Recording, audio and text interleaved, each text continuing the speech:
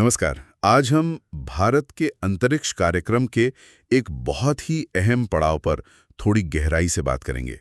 Gaganyaan mission, ये भारत की पहली कोशिश है ना, इंसानों को अंतरिक्ष में भेजने की। हमारे पास इससे जुड़ी कुछ दिलचस्प जानकारी है जो इसके अलग अलग पहलुओं को, मतलब तकनीकी, वैज्ञानिक, इन सब को उजागर करती हैं। तो चलिए समझते हैं कि इस मिशन में क्या कुछ खास है। तो सबसे पहले शुरू करते हैं, ये गगनयान मिशन असल में है क्या और इसे इतना महत्वपूर्ण क्यों माना जा रहा है? जी, गगनयान भारत का पहला मानव अंतरिक्ष मिशन है।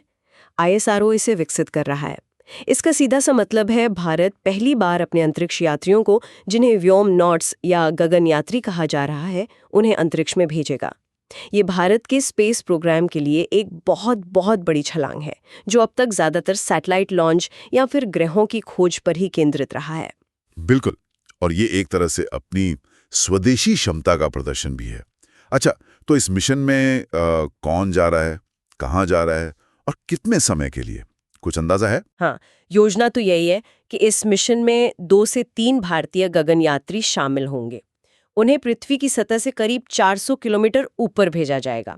इसे पृथ्वी की निचली कक्षा या लो अर्थ ऑर्बिट, लियो कहते हैं। लियो, हाँ। जी, जानकारी यही है कि वे वहां कुछ दिनों तक रहेंगे, शायद 3 से 7 दिन, और इस दौरान वे वहां कुछ वैज्ञानिक प्रयोग करेंगे और फिर सुरक्षित पृथ्वी पर वापस लौटेंगे। 400 किलोमीटर सुनने में तो लगते हैं पास ही है, लेकिन अंतरिक्ष के लिहाज से ये कक्षा क्यों चुनी गई और ये जो यान है जो यात्रियों को ले जाएगा वो कैसा होगा? देखिए, लियो चुनना कई मायनों में ज्यादा व्यवहारिक है।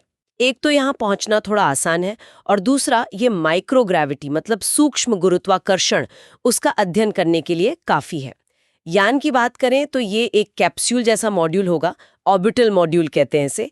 इसमें 2 मुख्य हिस्से हैं, एक क्रू मॉड्यूल जहां यात्री रहेंगे और दूसरा सर्विस मॉड्यूल जिसमें यान को चलाने के जरूरी उपकरण वगैरह होंगे। अच्छा। और इसे भारत के सबसे भरोसेमंद, सबसे शक्तिशाली रॉकेट LVM-3 से लॉन्च किया जाएगा, वही जिसे पहले GSLV Mk3 कहते थे। LVM-3, हाँ, यानी चंद्रयान 3 वाला रॉकेट। तो विश्वसनीयता तो है, लेकिन अंतरिक्ष यात्रियों के लिए इस क्रू मॉड्यूल के अंदर क्या इंतजाम होंगे? क्योंकि सिर्फ सुरक्षा ही नहीं, वहां रहने और काम करने लायक माहौल बनाना भी तो एक बड़ी चुनौती होगी। निश्चित रूप से बहुत बड़ी चुनौती है। क्रू मॉड्यूल एक तरह से उनका छोटा सा घर और लैब जैसा होगा। हाँ। इसमें पूरी लाइफ सपोर्ट सिस्टम लगी होगी, जो ऑक्सीजन, पानी, भोजन, तापमान नियंत्रण, ये सब देखेगी। साथ ही इसमें एकदम लेटेस्ट कंप्यूटर, नेविगेशन सिस्टम, संचार के उपकरण, ये सब होंगे। हाँ। और सबसे जरूरी चीज है इसका हीट शील्ड। Heat shield? जी, जो पृथ्वी के वायुमंडल में जब यान दोबारा एंट्री करेगा, हाँ, तो उस जबरदस्त गर्मी से यान और यात्रियों को बचाएगा। सच कहूं तो ये तकनीक विकसित करना सबसे मुश्किल कामों में से एक रहा है। बड़े सवाल पर, इस पूरे मिशन का मकसद क्या है? भारत इतना बड़ा और कह सकते हैं जटिल मिशन क्यों कर रहा है? इसके कई अहम उद्देश्य हैं।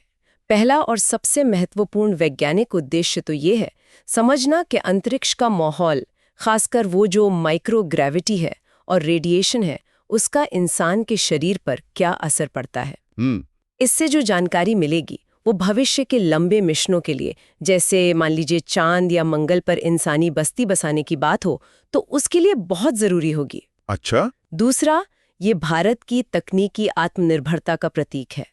मतलब इंसानों को अंतरिक्ष में भेजना और फिर सुरक्षित वापस लाना, ये बहुत ही जटिल प्रक्रिया है, और इसे अपनी तकनीक से करना भारत की वैज्ञानिक और इंजीनियरिंग क्षमता को दुनिया के सामने साबित करेगा। और मेरा ख्याल है इसका एक पहलू ये भी होगा कि जो टेक्नोलॉजी इसके लिए बन रही है वो शायद कहीं और भी काम आ सकती है, मतलब इंडस्ट्री वगैरह में, जिसे टेक्नोलॉजी स्पिन ऑफ कहते हैं। बिल्कुल बिल्कुल, अक्सर ऐसा ही होता है।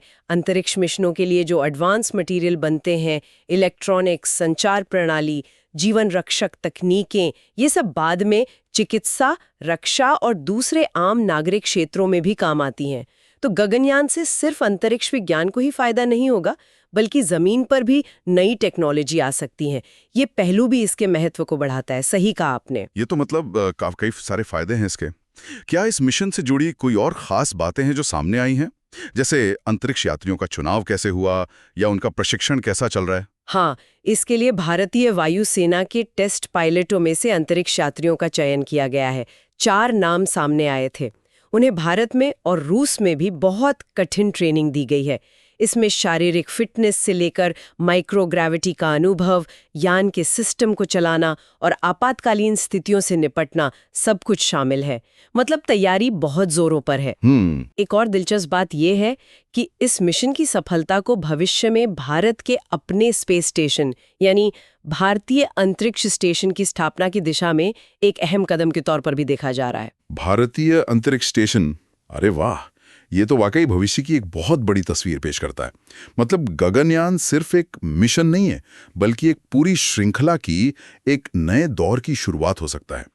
तो अगर हम संक्षेप में देखें तो गगनयान सिर्फ इंसानों को अंतरिक्ष में भेजने का एक मिशन भर नहीं है।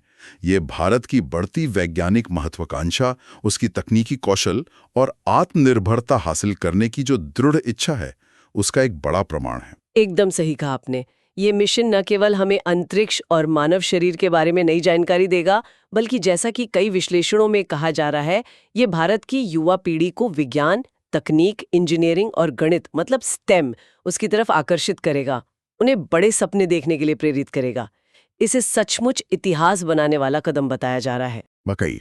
और ये सोचना भी कितना रोमांचक है कि आज हम जिस मिशन की बात कर रहे हैं, वो कल अंतरिक्ष में भारत की भूमिका और उसकी क्षमताओं के कौन से नए आयाम खोलेगा, है ना? ये तो भविष्य ही बताएगा।